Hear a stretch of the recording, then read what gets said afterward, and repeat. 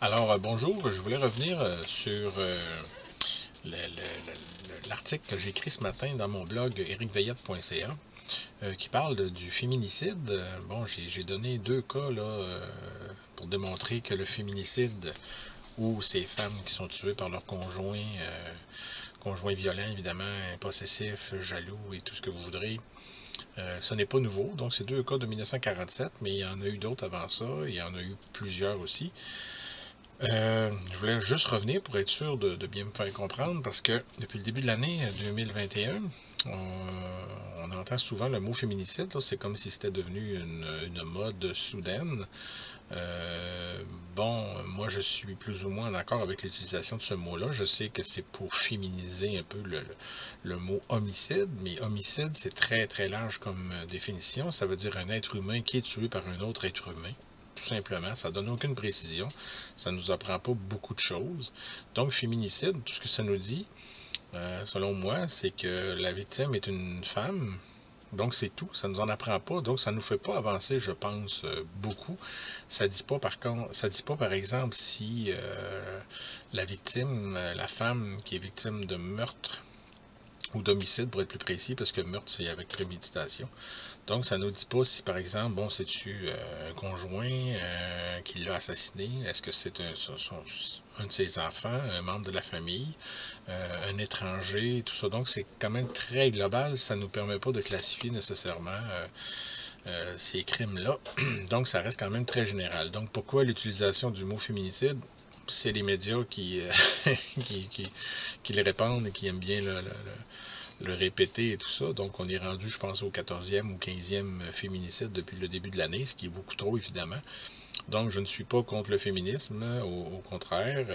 Donc, les femmes, il faut vraiment sensibiliser la population à ces meurtres-là. Mais il faut comprendre aussi qu'on en parle beaucoup et ce ne sont pas nécessairement les homicides les plus commis. Parce que selon certaines études, il y a 40% de toutes les victimes d'homicide au Québec qui sont des femmes. Donc, il y a plus d'hommes qui sont victimes d'homicide chaque année, donc 60%. Évidemment, bon, ils sont tués, les hommes se tuent souvent, bon, que ce soit le crime organisé. Il y a plusieurs catégories qui vont englober les hommes, tandis que les femmes vont être assassinées souvent dans des catégories moins nombreuses. Donc, ça revient souvent, évidemment, avec les conjoints et tout ça.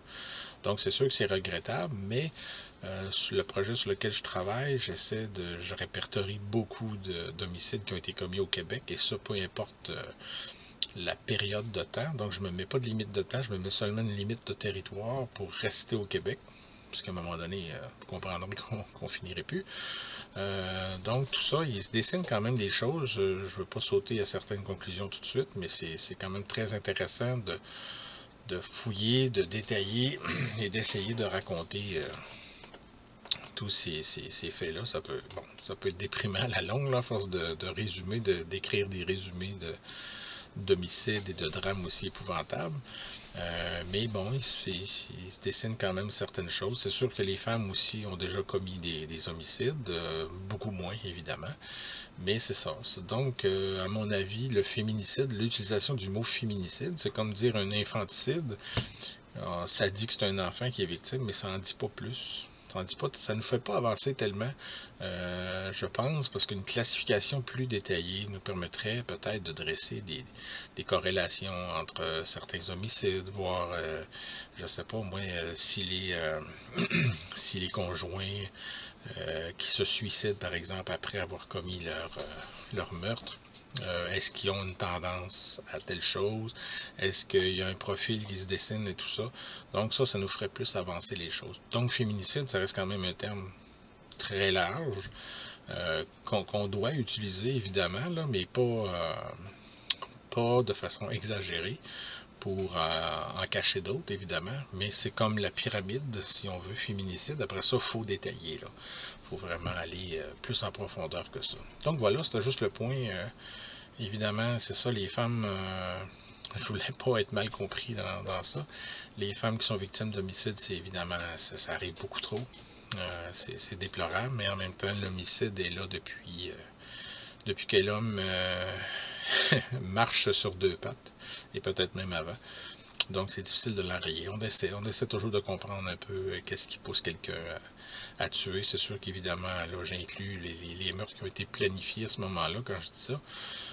Parce qu'il y a de l'homicide involontaire aussi là, qui peut arriver. Ça frôle pratiquement l'accident à ce moment-là. Donc, il n'y a pas nécessairement d'intention criminelle. Mais évidemment, dans la plupart des homicides domestiques, qui englobent les conjoints là, qui tuent leurs conjointes et des conjoints qui tuent leurs conjoints aussi, donc c'est ça, c'est beaucoup plus déplorable, comme on dit.